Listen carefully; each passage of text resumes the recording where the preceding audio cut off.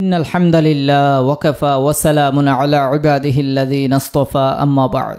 সম্মানিত ইসলাম প্রিয় তাওহীদ উম্মাহ, আজকে আমি আপনাদের মাঝে উপস্থিত হয়েছি নাবালেগ সন্তানদের ওযুবিহীন কোরআন স্পর্শ করার শরীয়ী বিধান নিয়ে। আলহামদুলিল্লাহ। প্রশ্ন হচ্ছে, নাবালেগ সন্তান যারা পাক নাপাকি সম্পর্কে কিছুই বুঝে না, মক্তব মাদ্রাসায় কোরআন শিখতে আসে, তারা কি ওযু ছাড়া কোরআনুল কারীম স্পর্শ করতে পারবে? এ ব্যাপারে ইসলামের শরীয়ত কি বলে?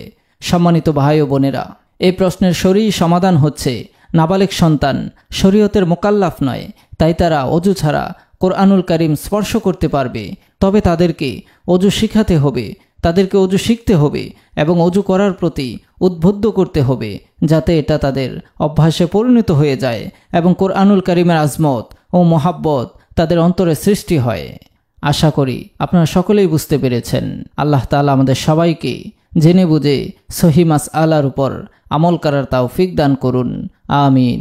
প্রিয় ভাই ও বোনেরা, উক্ত মাসআলার তথ্যসূত্র হল আদ-দুররুল মুখতার খণ্ড 1 পৃষ্ঠা 349, রদ্দুল মুখতার খণ্ড 1 পৃষ্ঠা 349, আল ফাতাওয়াল হিন্দিয়া খণ্ড 1 পৃষ্ঠা 39, মারাকিল ফালা পৃষ্ঠা 144, আল হিদায়া খণ্ড 1 পৃষ্ঠা 172, ফাথুল কাদির খণ্ড 1 পৃষ্ঠা 173, ফাতোয়ায়ে মাহমুদিয়া খণ্ড 7 পৃষ্ঠা 114। আল্লাহ তাআলা আমাদের সবাইকে জেনে বুঝে আমল করার তৌফিক দান করুন, আমিন। ওয়া আখির দাওয়ানা আনিল হামদুলিল্লাহি রাব্বিল আলামিন।